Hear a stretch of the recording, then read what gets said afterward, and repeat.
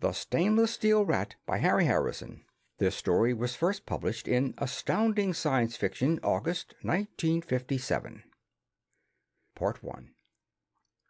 When the office door opened suddenly, I knew the game was up. It had been a money-maker, but it was all over. As the cop walked in, I sat back in the chair and put on a happy grin. He had the same somber expression and heavy foot that they all have, and the same lack of humor. I almost knew to the word what he was going to say before he uttered a syllable. "James Bolivar diGriz, I arrest you on the charge." I was waiting for the word charge. I thought it made a nice touch that way. As he said it, I pressed the button that set off the charge of black powder in the ceiling. The crossbeam buckled and the 3-ton safe dropped through right on the top of the cop's head. He squashed very nicely, thank you. The cloud of plaster dust settled, and all I could see of him was one hand, slightly crumpled. It twitched a bit, and the index finger pointed at me accusingly. His voice was a little muffled by the safe, and sounded a bit annoyed. In fact, he repeated himself a bit. "On the charge of illegal entry, theft, forgery." He ran on like that for quite a while. It was an impressive list, but I had heard it all before. I didn't let it interfere with my stuffing all the money from the desk drawers into my suitcase. The list ended with a new charge, and I would swear on a stack of 1,000-credit notes that high that there was a hurt tone in his voice. "In addition, the charge of assaulting a police robot will be added to your record. This was foolish, since my brain and larynx are armored and in my midsection." "That I knew well, George, but your little two-way radio is in the top of your pointed head, and I don't want you reporting to your friends just yet." One good kick knocked the escape panel out of the wall and gave access to the step to the basement. As I skirted the rubble on the floor, the robot's fingers snapped out at my leg, but I had been waiting for this, and they closed about 2 inches short. I have been followed by enough police robots to know by now how indestructible they are. You can blow them up or knock them down, and they keep coming after you, dragging themselves by one good finger and spouting saccharine morality all the while. That's what this one was doing. Give up my life of crime and pay my debt to society and such. I could still hear his voice echoing down the stairwell as I reached the basement. Every second was timed now. I had about 3 minutes before they would be on my tail, and it would take me exactly 1 minute and 8 seconds to get clear of the building. That wasn't much of a lead, and I would need all of it. Another kick panel opened out into the label removing room. None of the robots looked up as I moved down the aisle. I would have been surprised if they had. They were all low-grade M-types, short on brains and good only for simple, repetitive work. That was why I hired them. They had no curiosity as to why they were taking the labels off the filled cans of azote fruits, or what was at the other end of the moving belt that brought the cans through the wall. They didn't even look up when I unlocked the door that was never unlocked, that led through the wall. I left it open behind me, as I had no more secrets now. Keeping next to the rumbling belt, I stepped through the jagged hole I had chopped in the wall of the government warehouse. I had installed the belt, too. This and the hole were the illegal acts that I had to do myself. Another locked door opened into the warehouse itself. The automatic forklift truck was busily piling cans onto the belt and digging fresh ones out of the ceiling-high piles. The forklift had barely enough brains to be called a robot. It just followed tape directions to load the cans. I stepped around it and dog-trotted down the aisle. Behind me, the sounds of my illegal activity died away. It gave me a warm feeling to still hear it going full blast like that. It had been one of the nicest little rackets I had ever managed. For a small capital outlay, I had rented the warehouse that backed on the government warehouse. A simple hole in the wall, and I had access to the entire stock of stored goods, long-term supplies that I knew would be untouched for months or years in a warehouse this size. Untouched, that is, until I came along. After the hole had been made and the belt installed, it was just a matter of business. I hired the robots to remove the old labels and substitute the colorful ones I had printed. Then I marketed my goods in a strictly legal fashion. My stock was the best, and due to my imaginative operation, my costs were very low. I could afford to undersell my competitors and still make a handsome profit.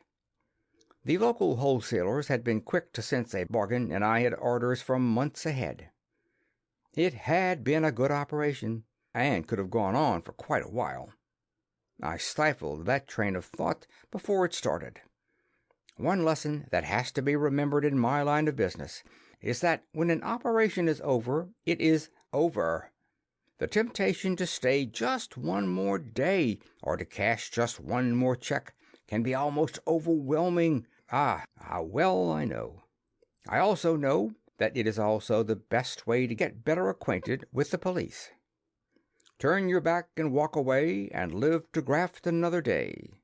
That's my motto, and it's a good one. I got where I am because I stuck to it, and daydreams aren't part of getting away from the police.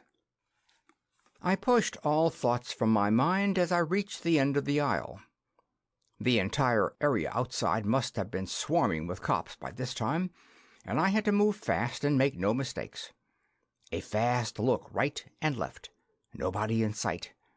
2 steps ahead and press the elevator button. I had put a meter on this back elevator, and it showed that the thing was used once a month on the average. It arrived in about 3 seconds, empty, and I jumped in, thumbing the roof button at the same time. The ride seemed to go on forever, but that was just subjective. By the record, it was exactly 14 seconds. This was the most dangerous part of the trip.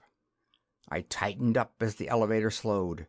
My .75 caliber recoilless was in my hand. That would take care of one cop, but no more. The door shuffled open, and I relaxed. Nothing. They must have the entire area covered on the ground, so they hadn't bothered to put cops on the roof. In the open air now, I could hear the sirens for the first time. A wonderful sound. They must have had half of the entire police force out from the amount of noise they were making. I accepted it as any artist accepts tribute. The board was behind the elevator shaft where I had left it, a little weather-stained but still strong. A few seconds to carry it to the edge of the parapet and reach it along to the next building. Gently, this was the one dangerous spot where speed didn't count. Carefully onto the end of the board, the suitcase held against my chest to keep my center of gravity over the board. One step at a time, a 1,000-foot drop to the ground. If you don't look down, you can't fall. Over. Time for speed. The board behind the parapet. If they didn't see it at first, my trail would be covered for a while at least. 10 fast steps, and there was the door to the stairwell. It opened easily, and it better have. I had put enough oil on the hinges. Once inside, I threw the bolt and took a long, deep breath. I wasn't out of it yet, but the worst part, where I ran the most risk, was past. 2 uninterrupted minutes here, and they would never find James Bolivar, alias Slippery Jim diGriz.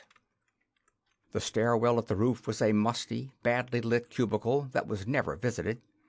I had checked it carefully a week before for phono and optic bugs, and it had been clear. The dust looked undisturbed, except for my own footprints. I had to take a chance that it hadn't been bugs since then. The calculated risk must be accepted in this business. Goodbye, James diGriz. Weight 98 kilos, age about 45, thick in the middle and heavy in the jowls. A typical businessman whose picture graces the police files of 1,000 planets. Also, his fingerprints. They went first. When you wear them, they feel like a second skin. A touch of solvent, though, and they peel off like a pair of transparent gloves. All my clothes next, and then the girdle in reverse. That lovely paunch that straps around my belly and holds 20 kilos of lead mixed with thermite. a quick wipe from the bottle of bleach, and my hair was its natural shade of brown, the eyebrows too. The nose plugs and the cheek pads hurt coming out, but that only lasts a second. Then the blue-eyed contact lenses. This process leaves me mother naked, and I always feel as if I have been born again. In a sense, it is true. I have become a new man, 20 kilos lighter, 10 years younger, and with a completely different description. The large suitcase held a complete change of clothes and a pair of dark-rimmed glasses that replaced the contact lenses. All the loose money fitted neatly into a briefcase. When I straightened up, I really felt as if 10 years had been stripped from me. I was so used to wearing that weight that I never noticed it until it was gone. Put a real spring in my step. The thermite would take care of all the evidence. I kicked it all into a heap and triggered the fuse. It caught with a roar, and bottles, clothes, bags, shoes, weights, and all burned with a cheerful glare. The police would find a charred spot on the cement, and micro-analysis might get them a few molecules off the walls, but that was all they would get. The glare of the burning thermite threw jumping shadows around me as I walked down 3 flights to the 112th floor. Luck was still with me. There was no one on the floor when I opened the door. 1 minute later, the express elevator let me and a handful of other business types out into the lobby. Only one door was open to the street, and a portable TV camera was trained on it. No attempt had been made to stop people from going in and out of the building. Most of them didn't even notice the camera and the little group of cops around it. I walked towards it at an even pace. Strong nerves count for a lot in this business. For one instant I was square in the field of that cold glass eye. Then I was past. Nothing happened, so I knew I was clear. That camera must have fed direct to the main computer at police headquarters. If my description had been close enough to the one they had on file, those robots would have been notified, and I would have been pinned before I had taken a step. You can't outmove a computer-robot combination, not when they move and think in microseconds, but you can outthink them. I had done it again. A cab took me about 10 blocks away. I waited until it was out of sight, then took another one. It wasn't until I was in the 3rd cab that I felt safe enough to go to the space terminal. The sounds of sirens were growing fainter and fainter behind me, and only an occasional police car tore by in the opposite direction. They were sure making a big fuss over a little larceny, but that's the way it goes on these over-civilized worlds. Crime is such a rarity now that the police really get carried away when they run across some. In a way, I can't blame them. Giving out traffic tickets must be an awful dull job. I really believe they ought to thank me for putting a little excitement in their otherwise dull lives. It was a nice ride to the spaceport, being located, of course, far out of town. I had time to lean back and watch the scenery and gather my thoughts. Even time to be a little philosophical. For one thing, I could enjoy a good cigar again. I smoked only cigarettes in my other personality, and never violated that personality even in strictest privacy. The cigars were still fresh in the pocket humidor when I had put them 6 months ago. I sucked a long mouthful and blew the smoke out at the flashing scenery. It was good to be off the job, just about as good as being on it. I can never make my mind up which period I enjoyed more. I guess they are both right at the time. My life is so different from that of the overwhelming majority of people in our society that I doubt if I could even explain it to them. They exist in a fat, rich union of worlds that have almost forgotten the meaning of the word crime. There are few malcontents, and even fewer that are socially maladjusted.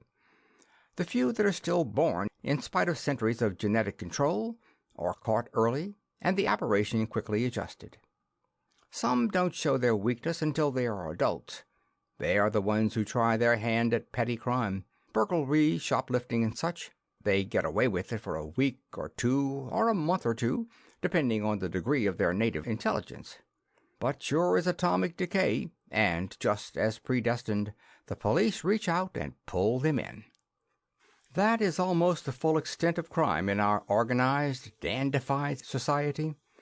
99% of it, let's say. It is that last and vital 1% that keeps the police departments in business. That 1% is me and a few others like me, a handful of men scattered around the galaxy. Theoretically, we can't exist, and if we do exist, we can't operate. But we do. We are the rats in the wainscoting of society. We operate outside of their barriers and outside of their rules. Society had more rats when the rules were looser, just as the old wooden buildings had more rats than the concrete buildings that came later. But they still had rats. Now that society is all ferro-concrete and stainless steel, there are fewer gaps between the joints, and it takes a smart rat to find them. A stainless steel rat is right at home in this environment. It is a proud and lonely thing to be a stainless steel rat, and it is the greatest experience in the galaxy if you can get away with it. The sociological experts can't seem to agree why we exist. Some even doubt that we do. The most widely accepted theory says that we are victims of delayed psychological disturbance that shows no evidence in childhood when it can be detected and corrected, and only appears later in life. I have naturally given a lot of thought to the topic, and I don't hold with that idea at all. A few years back, I wrote a small book on the subject, under a nom de plume, of course, that was rather well received. My theory is that the aberration is a philosophical one, not a psychological one. At a certain stage, the realization strikes through that one must either live outside of society's bonds or die of absolute boredom. There is no future or freedom in the circumscribed life, and the only other life is complete rejection of the rules. There is no longer room for the soldiers of fortune or the gentlemen of adventure who can live both within and outside of society. Today, it is all or nothing. To save my own sanity, I choose the nothing. The cab just reached the spaceport as I hit this negative line of thought, and I was glad to abandon it. Loneliness is the thing to fear in this business. That and self-pity can destroy you if they get the upper hand. Action has always helped me. The elation of danger and escape always clears my mind. When I paid the cab, I short-changed the driver right under his nose, palming one of the credit notes in the act of handing it to him. He was blind as a riveted bulkhead. His gullibility had me humming with delight. The tip I gave him more than made up the loss, since I only do this sort of petty business to break the monotony. There was a robot clerk behind the ticket window. He had that extra third eye in the center of his forehead that meant a camera. It clicked slightly as I purchased a ticket, recording my face and destination. A normal precaution on the part of the police. I would have been surprised if it hadn't happened. My destination was intersystem, so I doubted if the picture would appear any place except in the files. I wasn't making an interstellar hop this time, as I usually did after a big job. It wasn't necessary. After a job, a single world or a small system is too small for more work. But Beta Cygnus had a system of almost 20 planets, all with terrified weather. This planet, 3, was too hot now, but the rest of the system was wide open. There was a lot of commercial rivalry within the system, and I knew their police departments didn't cooperate too well. They would pay the price for that. My ticket was for Maury, number 18, a large and mostly agricultural planet. There were a number of little stores at the spaceport. I shopped them carefully and outfitted a new suitcase with a complete wardrobe and traveling essentials. The tailor was saved for last. He ran up a couple of traveling suits and a formal kilt for me, and I took them into the fitting booth. Strictly by accident, I managed to hang one of the suits over the optic bug in the wall, and made undressing sounds with my feet while I doctored the ticket I had just bought. The other end of my cigar cutter was a punch, With it I altered the keyed holes that indicated my destination. I was now going to planet 10, not 18, and I had lost almost 200 credits with the alteration. That's the secret of ticket and order changing. Don't raise the face value. There is too good a chance that this will be noticed. If you lower the value and lose money on the deal, even if it is caught, people will be sure it is a mistake on the machine's part. There is never the shadow of a doubt, since why would anyone change a ticket to lose money? Before the police could be suspicious, I had the suit off the bug and tried it on, taking my time. Almost everything was ready now. I had about an hour to kill before the ship left. I spent the time wisely by going to an automatic cleaner and having all my new clothes cleaned and pressed. Nothing interests a customs man more than a suitcase full of unworn clothes. Customs was a snap, and when the ship was about half full, I boarded her and took a seat near the hostess. I flirted with her until she walked away, having classified me in the category of male, brash, annoying. An old girl who had the seat next to mine also had me filed in the same drawer and was looking out of the window with obvious ice on her shoulder. I dozed off happily, since there is one thing better than not being noticed, and that is being noticed and filed into a category. Your description gets mixed up with every other guy in the file, and that is the end of it. When I woke up, we were almost to Planet 10. I had dozed in the chair until we touched down, then smoked a cigar while my bag cleared customs. My locked briefcase of money raised no suspicions, since I had foresightedly forged papers 6 months ago with my occupation listed as bank messenger. Interplanetary credit was almost non-existent in this system, so the custom men were used to seeing a lot of cash go back and forth. Almost by habit I confused the trail a little more and ended up in the large manufacturing city of Brog, over 1,000 kilometers from the point where I had landed. Using an entirely new set of identification papers, I registered at a quiet hotel in the suburbs. Usually, after a big job like this, I rest up for a month or two. This was one time, though, I didn't feel like a rest. While I was making small purchases around town to rebuild the personality of James diGriz, I was also keeping my eyes open for new business opportunities. The very first day I was out, I saw what looked like a natural, and each day it looked better and better. One of the main reasons I have stayed out of the arms of the law for so long as I have is that I have never repeated myself. I have dreamed up some of the sweetest little rackets, run them off once, then stayed away from them forever after. About the only thing they had in common was the fact that they all made money. About the only thing I hadn't hit to date was out-and-out armed robbery. It was time for a change, and it looked like that was it. While I was rebuilding the paunchy personality of Slippery Jim, I was making plans for the operation. Just about the time the fingerprint gloves were ready, the entire business was planned. It was simple, like all good operations should be. The less details there are, the less things there are that can go wrong. I was going to hold up Moreo's, the largest retail store in the city. Every evening at exactly the same time, an armored car took the day's receipts to the bank. It was a tempting prize, a gigantic sum in untraceable small bills. The only real problem as far as I was concerned was how one man could handle the sheer bulk and weight of all that money. When I had an answer to that, the entire operation was ready. All the preparations were, of course, made only in my mind until the personality of James diGriz was again ready.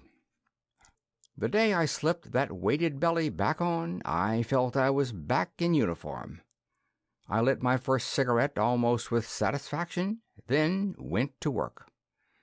A day or two for some purchases and a few simple thefts, and I was ready. I scheduled the following afternoon for the job. A large tractor truck that I had bought was the key to the operation, along with some necessary alterations I had made to the interior. I parked the truck in an L-shaped alley about a half-mile from Moreo's. The truck almost completely blocked the alley, but that wasn't important, since it was used only in the early morning. It was a leisurely stroll back to the department store. I reached it at almost the same moment that the armored truck pulled up. I leaned against the wall of the gigantic building while the guards carried out the money. My money. To someone of little imagination, I suppose it would have been an awe-inspiring sight. At least 5 armed guards standing around the entrance, 2 more inside the truck as well as the driver and his assistant. As an added precaution, there were 3 motorcycles hurrying next to the curb. They would go with the truck as protection on the road. Oh, very impressive. I had to stifle a grin behind my cigarette when I thought about what was going to happen to those elaborate precautions. I had been counting the hand trucks of money as they rolled out of the door. There were always 15, no more, no less. This practice made it easy for me to know the exact time to begin. Just as 14 was being loaded into the armored truck, load number 15 appeared in the store entrance. The truck driver had been counting the way I had. He stepped down from the cab and moved to the door in the rear in order to lock it when loading was finished. End of Part 1.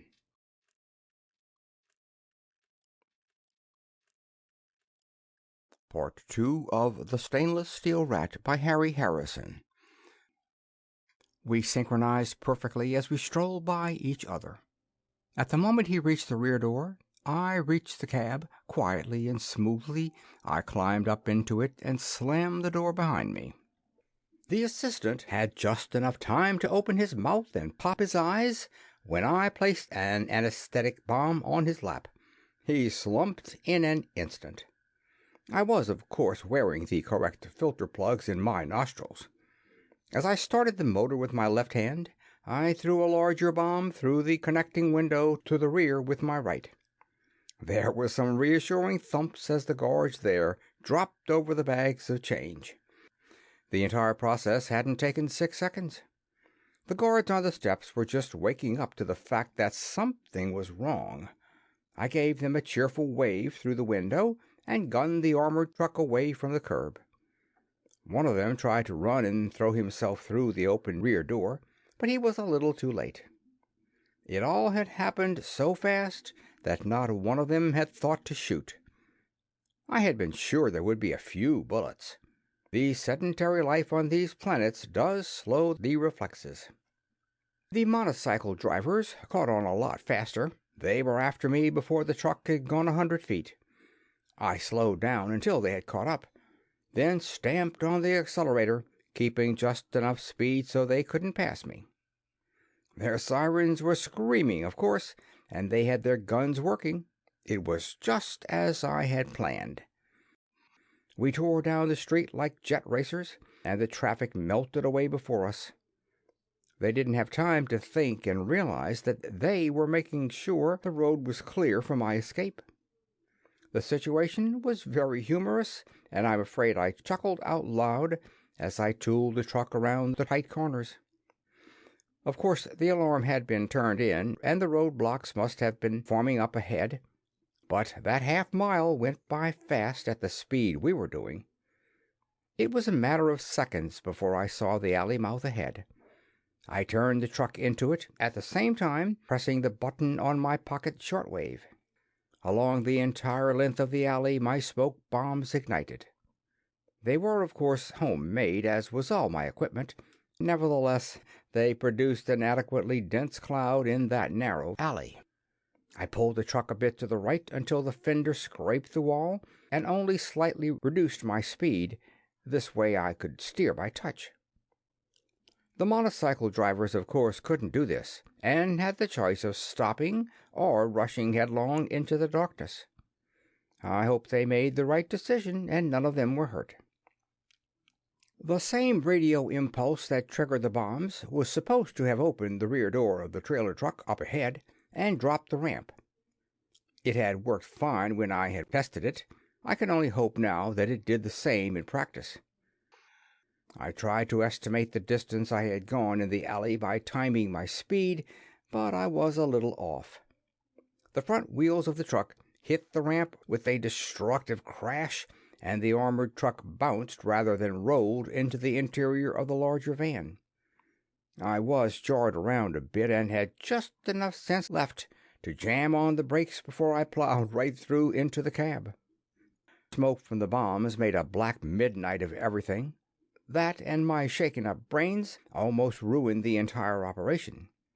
Valuable seconds went by while I leaned against the truck wall trying to get oriented. I don't know how long it took. When I finally did stumble back to the rear door, I could hear the guards' voices calling back and forth through the smoke. They heard the bent ramp creak as I lifted it, so I threw 2 gas bombs out to quiet them down. The smoke was starting to thin as I climbed up to the cab of the tractor and gunned it into life. A few feet down the alley, and I broke through into sunlight.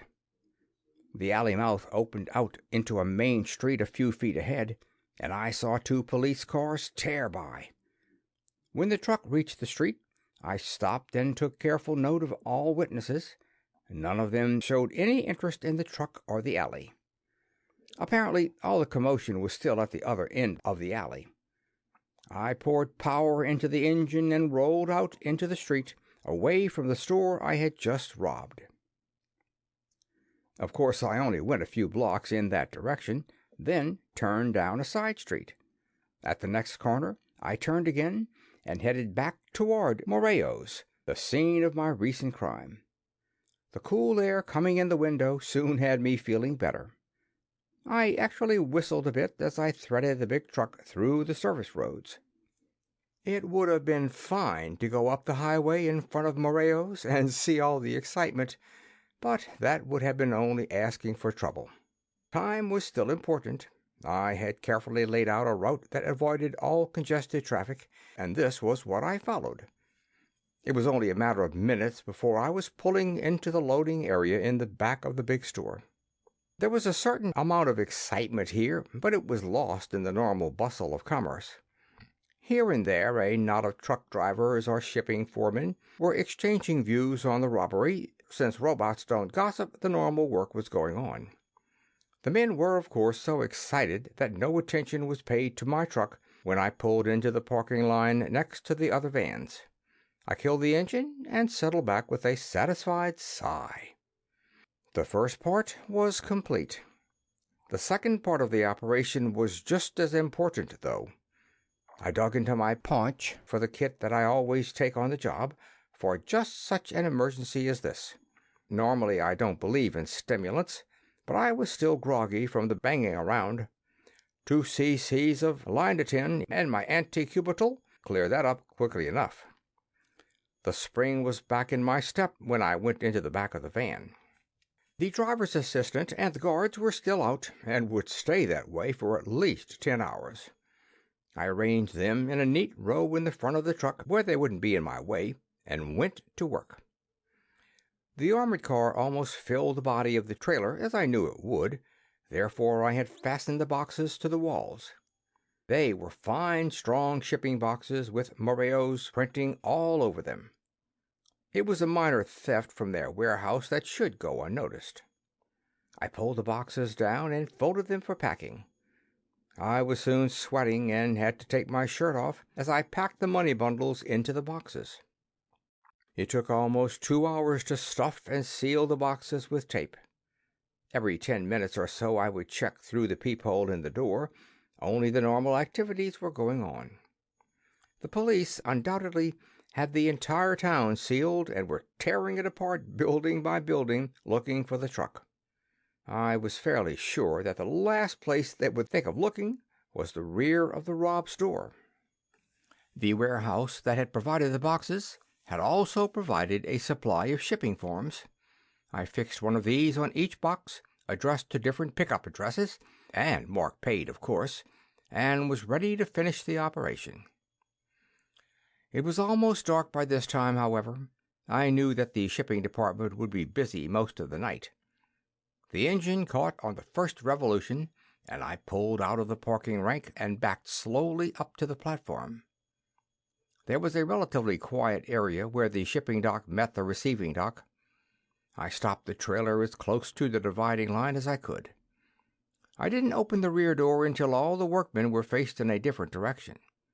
Even the stupidest of them would have been interested in why a truck was unloading the firm's own boxes.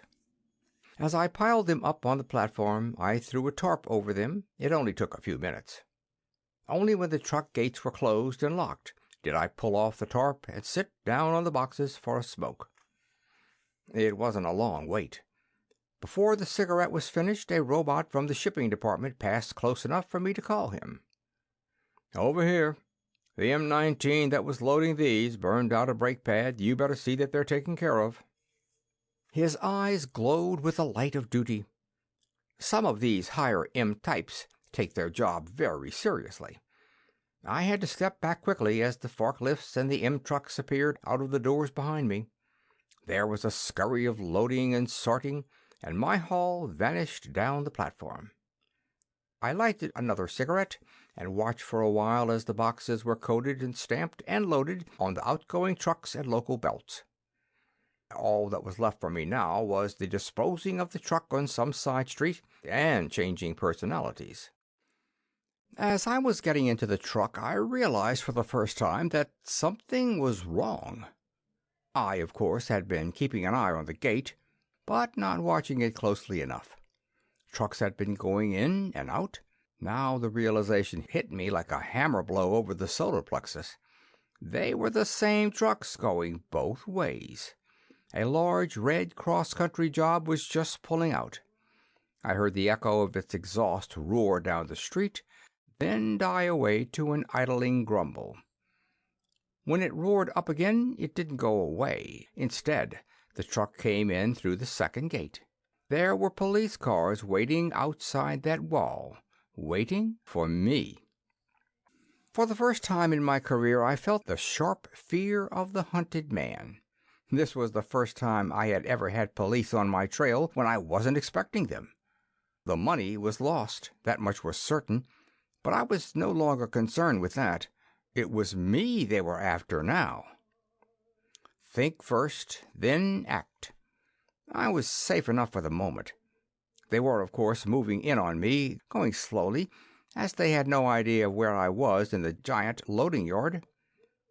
How had they found me? That was the important point. The local police were used to an almost crimeless world. They couldn't have found my trail this quick. In fact, I hadn't left a trail. Whoever had set the trap here had done it with logic and reason. Unbidden, the words jumped into my mind. The Special Corps. Nothing was ever printed about it, only 1,000 whispered words heard on 1,000 worlds around the galaxy. The Special Corps, the branch of the League that took care of the troubles that individual planets couldn't solve. The Corps was supposed to have finished off the remnant of Haskell's raiders after the peace, of putting the illegal T and Z traders out of business, of finally catching Inskip, and now they were after me. They were out there waiting for me to make a break. They were thinking of all the ways out just as I was, and they were blocking them. I had to think fast, and I had to think right. Only 2 ways out. Through the gates or through the store. The gates were too well covered to make a break. In the store, there would be other ways out. It had to be that way. Even as I made the conclusion, I knew that other minds had made it too, that men were moving in to cover those exits. That thought brought fear and made me angry as well. The very idea that someone could outthink me was odious. They could try, all right, but I would give them a run for their money. I still had a few tricks left. First, a little misdirection. I started the truck, left it in low gear, and aimed it at the gate. When it was going straight, I locked the steering wheel with the friction clamp and dropped out the far side of the cab and strolled back to the warehouse. Once inside, I moved faster. Behind me, I heard some shots, a heavy crump, and a lot of shouting. That was more like it. The night locks were connected on the doors that led to the store proper. an old-fashioned alarm that I could disconnect in a few moments. My picklocks opened the door, and I gave it a quick kick with my foot and turned away. There were no alarm bells, but I knew that somewhere in the building an indicator showed that the door was opened. As fast as I could run, I went to the last door on the opposite side of the building. This time I made sure the alarm was disconnected before I went through the door. I locked it behind me. It is the hardest job in the world to run and be quiet at the same time. My lungs were burning before I reached the employees' entrance. A few times I saw flashlights ahead and had to double down different aisles. It was mostly luck that I made it without being spotted. There were 2 men in uniform standing in front of the door I wanted to go out. Keeping as close to the wall as I could, I made it to within 20 feet of them before I threw the gas grenade. For 1 second, I was sure they had gas masks on and I had reached the end of the road. Then they slumped down. One of them was blocking the door. I rolled him aside and slid it open a few inches. The searchlight couldn't have been more than 30 feet from the door. When it flashed on, the light was more pain than glare. I dropped the instant it came on, and the slugs from the machine pistol ate a line of glaring holes across the door. My ears were numb from the roar of the exploding slugs, and I could just make out the thud of running footsteps. My own .75 was in my hand, and I put an entire clip of slugs through the door, aiming high so I wouldn't hurt anyone. It would not stop them, but it should slow them down. They returned the fire. Must have been a whole squad out there. Pieces of plastic flew out of the back wall, and slugs screamed down the corridor. It was good cover. I knew there was nobody coming up behind me. Keeping as flat as I could, I crawled in the opposite direction out of the line of fire. I turned 2 corners before I was far enough from the guns to risk standing up. My knees were shaky, and great blobs of color kept fogging my vision. The searchlight had done a good job. I could barely see at all in the dim light. I kept moving slowly, trying to get as far away from the gunfire as possible. The squad outside had fired as soon as I had opened the door. That meant standing orders to shoot at anyone who tried to leave the building. A nice trap. The cops inside would keep looking until they found me. If I tried to leave, I would be blasted. I was beginning to feel very much like a trapped rat. Every light in the store came on, and I stopped frozen. I was near the wall of a large farm goods showroom. Across the room from me were 3 soldiers. We spotted each other at the same time. I dived for the floor with bullets slapping all around me. The military was in it too. They sure must have wanted me bad. A bank of elevators was on the other side of the door, and stairs leading up. I hit the elevator in one bounce and punched the sub-basement button and just got out ahead of the closing doors. The stairs were back towards the approaching soldiers. I felt like I was running right into their guns. I must have made the turn into the stairs a split second ahead of their arrival. Up the stairs and around the first landing before they were even with the bottom. Luck was still on my side. They hadn't seen me and were sure I had gone down. I sagged against the wall, listening to the shouts and whistle-blowing as they turned the hunt towards the basement. There was one smart one in the bunch.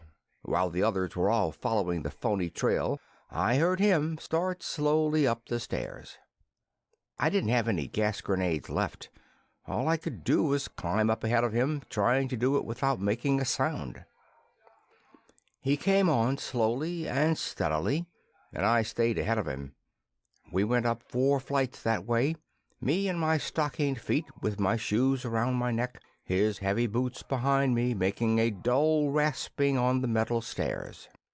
As I started up the 5th flight, I stopped, my foot halfway up a step. Someone else was coming down, someone wearing the same kind of military boots. I found the door to the hall, opened it behind me, and slipped through. There was a long hall in front of me, lined with offices of some kind. I began to run the length of it, trying to reach a turning before the door behind me could open and those exploding slugs tear me in half. The hall seemed endless, and I suddenly realized I would never make it to the end in time. I was a rat looking for a hole, and there was none. The doors were locked, all of them. I tried each as I came to it, knowing I would never make it. That stairwell door was opening behind me, and the gun was coming up. I didn't dare turn and look, but I could feel it.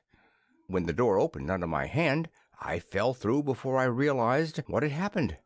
I locked it behind me and leaned against it in the darkness, panting like a spent animal.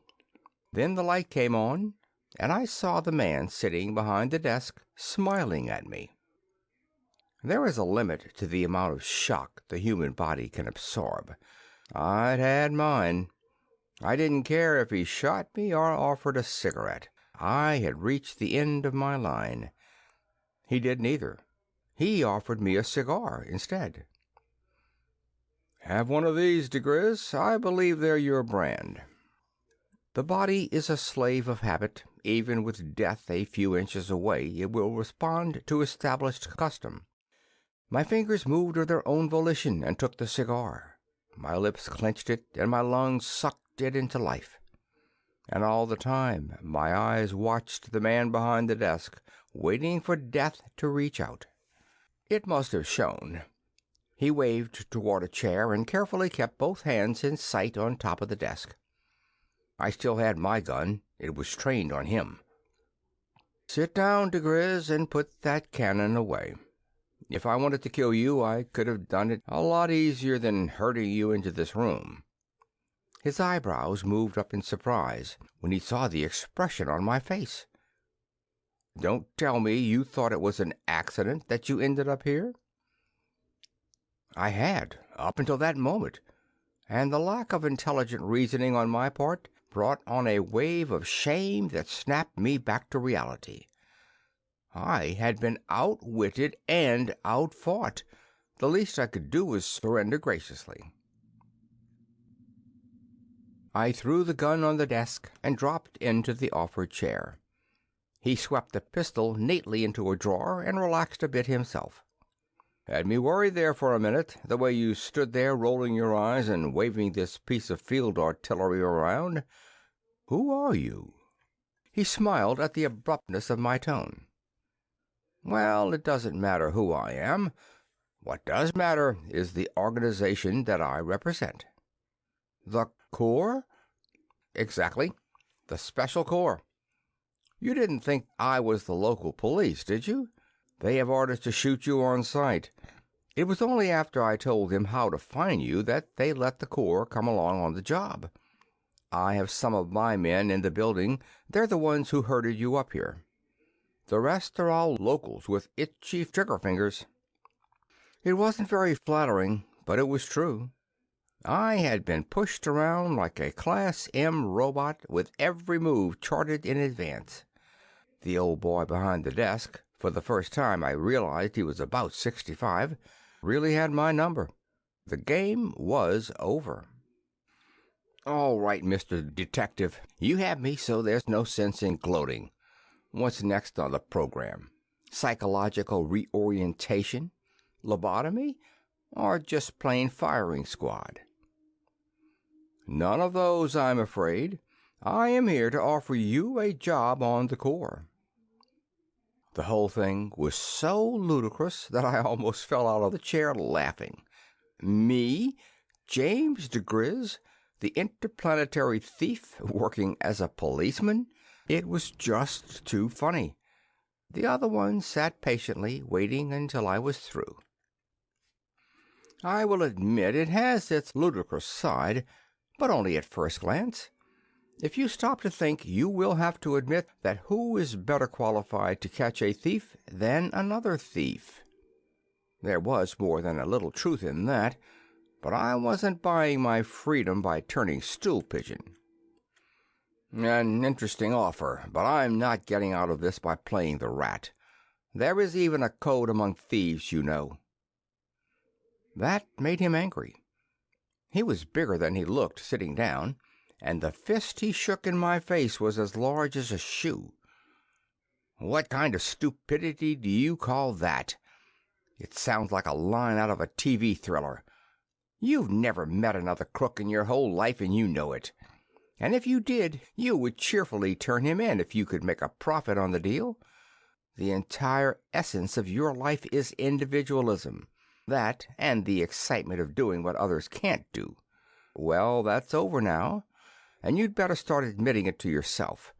You can no longer be the interplanetary playboy you used to be.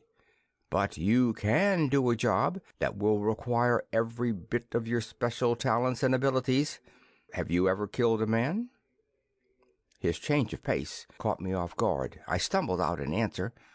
No, not that I know of. Well, you haven't, if that will make you sleep any better at night. You're not a homicidal. I checked that on your record before I came out after you. That is why I know you will join the Corps and get a great deal of pleasure out of going after the other kind of criminal who is sick, not just socially protesting, the man who can kill and enjoy it. He was too convincing. He had all the answers. I had only one more argument, and I threw it in the air with the air of a last-ditch defense. What about the Corps? If they ever find out you are hiring half-reformed criminals to do your dirty work, we will both be shot at dawn. This time it was his turn to laugh. I could see nothing funny, so I ignored him until he was finished. In the first place, my boy, I am the Corps, at least the man at the top. And what do you think my name is? Harold Peters Inskip. That's what it is. Not the Inskip that... The same. Inskip the Uncatchable. The man who looted Procyon 2 in mid-flight and pulled all those other deals I'm sure you read about in your misspent youth. I was recruited just the way you were. He had me on the ropes. He must have seen my rolling eyes, so he moved in for the kill. And who do you think the rest of our agents are? I don't mean the bright-eyed grads of our technical schools, like the ones on my squad downstairs. I mean the full agents. The men who plan the operations, do the preliminary field work, and see that everything comes off smoothly. They're crooks. All crooks. The better they were on their own, the better a job they do for the Corps. It's a great big brawling universe, and you would be surprised at some of the problems that come up. The only men we can recruit to do the job are the ones who have already succeeded at it. Are you on? It had happened too fast, and I hadn't had time to think. I would probably go on arguing for an hour, but way down in the back of my mind the decision had been made. I was going to do it. I couldn't say no. There was the beginning of a warm glow, too. The human race is gregarious. I knew that, even though I had been denying it for years.